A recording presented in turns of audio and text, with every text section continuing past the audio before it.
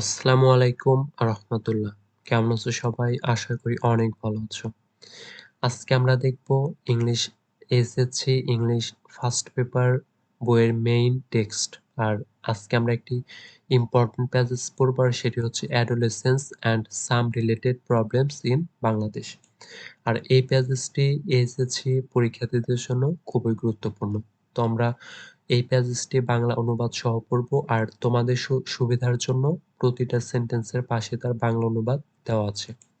তো আমরা শুরু করছি adolescence and some related problems in Bangladesh. মানে বাংলাদেশে যে এই অ্যাডোলেসেন্স এর যে সমস্যাগুলো সেগুলো, যেমন কিশোর কিশোরীদের যে সমস্যা সেগুলো নিয়ে আলোচনা এই প্যাসেজটি। Number 1, adolescents constitute a nation's core resource for national renewal and growth. কিশোর কিশোরীরা হচ্ছে একটি জাতির অভ্যন্তরীণ উন্নয়ন ও সমৃদ্ধির মূল উৎস। Adolescence is a period in life when a transition from childhood to adulthood takes place and behaviors and lifestyle is shaped. কৈশোর জীবনের এমন একটি সময় যখন শিশুকাল থেকে বয়ঃসন্ধিকাল প্রাপ্তি ঘটতে থাকে এবং আচরণ ও জীবনধারা গঠিত হয়। According to the World Health Organization, যাকে বলা হয় WHO, adolescence is the period which shapes the future of girls and boys' lives. বিশ্ব স্বাস্থ্য সংস্থার মতে কৈশোর হলো বয়সের এমন একটি সময় যা কিশোর কিশোরীদের জীবনের ভবিষ্যৎ গঠন করে। There are 28 million adolescents in Bangladesh. 13.7 million of them are girls and 14.3 million boys. বাংলাদেশে ২৮ মিলিয়ন কিশোর-কিশোরী রয়েছে। তাদের মধ্যে ১৩.৭ মিলিয়ন কিশোরী এবং ১৪.৩ মিলিয়ন হচ্ছে কিশোর। Number 2, the situation of adolescent girls in Bangladesh is characterized by inequality and subordination within the family and society. বাংলাদেশে পরিবার ও সমাজে কিশোরীদের অবস্থা অসমতা ও পরাধীনতা দ্বারা পরিচালিত হয়। This inequality leads to a widespread practice of child marriage, marginalization or exclusion from health, education and economic opportunities, and vulnerability to violence and sexual abuse. এই অসমতা ব্যাপক বাল্যবিবাহের প্রচলন, স্বাস্থ্য, শিক্ষা ও অর্থনৈতিক সুযোগ-সুবিধা পাওয়ার ক্ষেত্রে প্রান্তিকরণের ও বঞ্চিতকরণের এবং সহিংসতা ও যৌন হয়রানির সহজ শিকারের দিকে ধাবিত হয়। Number 3, in Bangladesh, the legal age of marriage is 18 for girls and 21 for boys. বাংলাদেশে বিবাহের বৈধ বয়স মেয়েদের জন্য 18 বছর এবং ছেলেদের জন্য 21 বছর। However, 33% of adolescent girls are married before the age of 15 and 16 become mothers by the age of 19. যা হোক, 33% কিশোরীরা 15 বছর বয়সের পূর্বে বিয়ে হয় এবং 19 বছর বয়সের মধ্যে 60% মা হয়ে যায়। Research finds that adolescents with a higher level of education and from more affluent families tend to marry at a later age.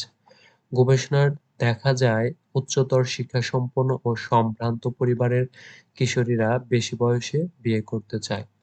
Boys, however, become ready for marriage only after several years of adolescent and young adulthood. কিশোররা পক্ষান্তরে কিশোর ও তরুণ হওয়ার মাত্র কয়েক বছর পরেই বিয়ের জন্য উপযুক্ত হয়ে যায়। Number 5, when a girl gets married, she usually drops out of school and begins full-time work in her in-laws household. যখন কোনো মেয়ের বিয়ে হয় সে সাধারণত স্কুল ছেড়ে দেয় এবং তার শ্বশুরবাড়িতে সারাক্ষণ সাংসারিক কাজ শুরু করে। In the in-laws house, she becomes vulnerable to all forms of abuse, including dowry-related violence. শ্বশুরবাড়িতে তাকে কোণঠাসা করে রাখা হয়। সে যৌতুক সম্পৃক্ত সহিংসতা সহ সব ধরনের নির্যাতনের শিকার হয়। In Bangladesh, it is still common for a bride's family to pay dowry despite the practice being illegal. বাংলাদেশে অবৈধ প্রথা হওয়া সত্ত্বেও যৌতুক দেওয়া কনের পরিবারের ক্ষেত্রে এখনো প্রচলিত। Dowry demands can also continue after the wedding. যৌতুকের দাবি বিয়ের পরেও অব্যাহত থাকে। For an adolescent bride, even if her in-laws are supportive, there are greater health risks in terms of pregnancy and childbirth. একজন বিবাহিত কিশোরীর জন্য এমনকি তার শ্বশুরবাড়ির লোকজন সহায়ক। The majority of adolescent brides and their families are uninformed or insufficiently reproductive health and contraception. অধিকাংশ কিশোরী বিবাহিত ও তাদের পরিবার প্রজনন স্বাস্থ্য ও গর্ভনিরোধ বিষয়ে অজ্ঞাত অথবা অল্প পরিমাণে জ্ঞাত থাকে। The maternal mortality rate for adolescents is double the national rate. কিশোরীদের মাতৃমৃত্যুর হার স্বাভাবিক অনুপাতের দ্বিগুণ। Number 5.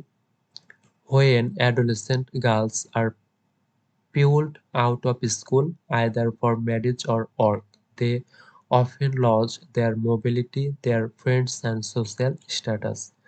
যখন কিশোরীরা বিয়ে বা কাজের কারণে স্কুল থেকে ঝরে পড়ে তখন প্রায়ই তারা গতিময়তা, তাদের বন্ধু, সামাজিক অবস্থান হারিয়ে ফেলে।